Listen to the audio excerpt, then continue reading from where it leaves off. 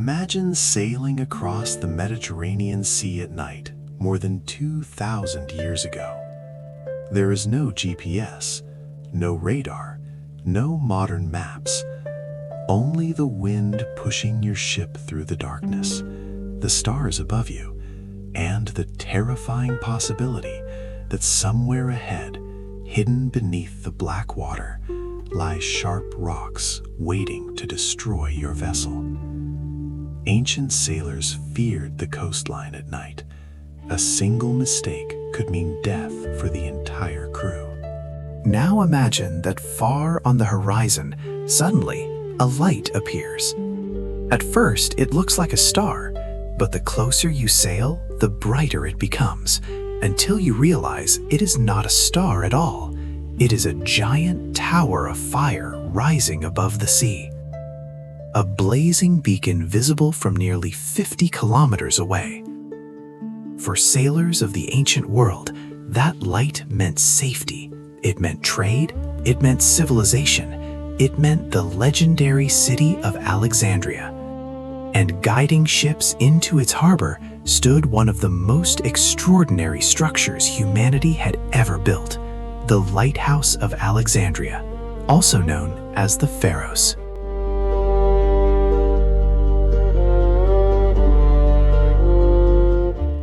For centuries, it was one of the tallest structures on Earth, surpassed only by the Great Pyramids. Its light saved countless ships. Its design inspired lighthouse construction for thousands of years. And its name, Pharos, became the word for lighthouse in many languages. But this raises an intriguing question. Why would an ancient ruler spend enormous wealth to build a gigantic tower simply to guide ships? To answer that question, we must travel back to a moment when a young conqueror reshaped the ancient world. In 331 BC, one of history's greatest military leaders arrived on the coast of Egypt, Alexander the Great. By that time, Alexander had already defeated the mighty Persian Empire and created one of the largest empires the world had ever seen. But Alexander was not interested only in conquest. He wanted to build cities, places where cultures, trade, and knowledge could meet. When he reached the Mediterranean coast of Egypt, he chose a small fishing settlement and ordered the creation of a new city. He named it Alexandria. The location was brilliant. The city stood between the Nile River and the Mediterranean Sea, allowing it to control trade routes connecting Greece, Egypt, the Near East, and much of the known world. Within decades, Alexandria became one of the richest cities on Earth. Ships arrived daily carrying grain, gold, spices, wine, papyrus, and countless other goods. But there was a serious problem. Near the harbor lay a rocky island known as Pharos Island. The waters around it were dangerous. Hidden reefs had already destroyed many ships approaching the port. And as Alexandria's trade expanded, more and more vessels arrived every day. Without a safe navigation system, the harbor itself could become a graveyard for ships. Soon, the rulers of Egypt realized something important. If Alexandria was going to become the greatest port in the Mediterranean, it needed something the world had never seen before. A beacon powerful enough to guide ships safely through the darkness. After Alexander's death in 323 BC, his enormous empire was divided among his generals. Egypt fell under the control of Ptolemy I Soter, one of Alexander's most trusted commanders. Ptolemy was not just a military leader, he was also a skilled politician. He understood that whoever controlled Alexandria would control the trade of the Mediterranean, and trade meant wealth. Wealth meant power. Egypt during the Ptolemaic period was incredibly prosperous. The fertile Nile Valley produced vast quantities of grain, which were exported across the Mediterranean world. Much of the ancient population depended on Egyptian wheat for survival. The kingdom used a currency known as the Ptolemaic drachma, based on the Greek monetary system. With the wealth flowing through Alexandria's ports, Ptolemy made a bold decision. He ordered the construction of a lighthouse so large and powerful that it would become one of the greatest engineering projects of the ancient world. Construction likely began around 290 BC, but the project was so ambitious that Ptolemy himself would never see its completion. The lighthouse was finished during the reign of his son, Ptolemy II Philadelphus. The architect chosen to design it was a brilliant Greek engineer named Sostratus of Cnidus. His task was extraordinary. He had to build a tower taller than almost anything the ancient world had ever attempted, and it had to stand directly on the edge of the sea. The final structure rose to an estimated height of between 100 and 120 meters. That is roughly the height of a modern 35-story building. For the ancient world, it was astonishing.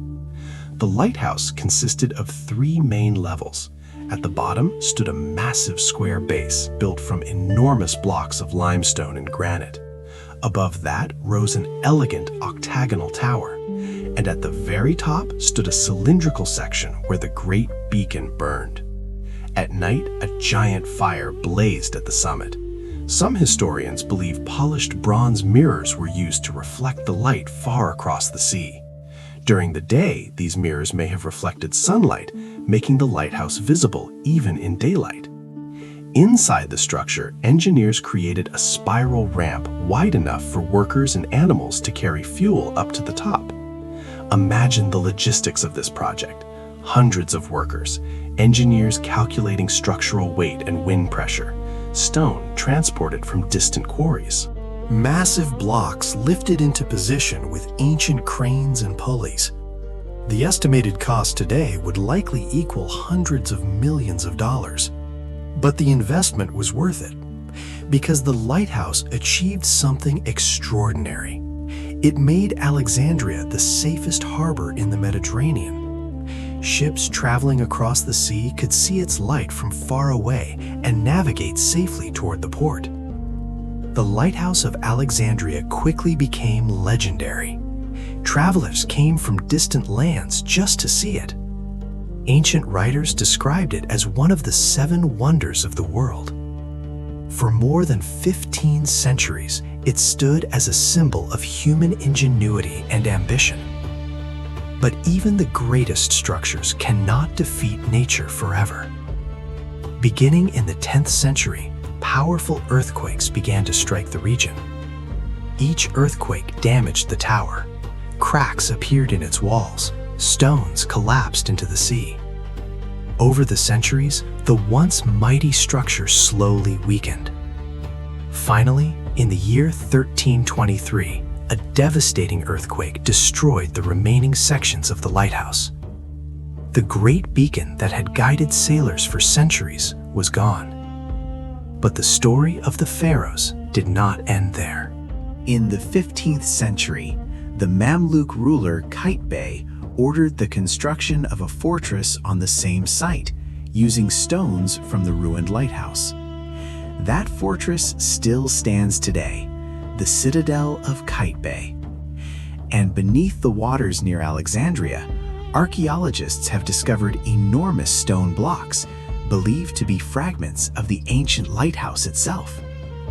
Today, the tower is gone, but its legacy remains. Its design influenced lighthouse architecture for centuries. Its name became the root word for lighthouse across many cultures. And its story reminds us of something remarkable. More than 2,000 years ago, humans built a giant tower, not for war, not for conquest, but to guide strangers safely through the darkness. And that may be the most powerful legacy of the Lighthouse of Alexandria.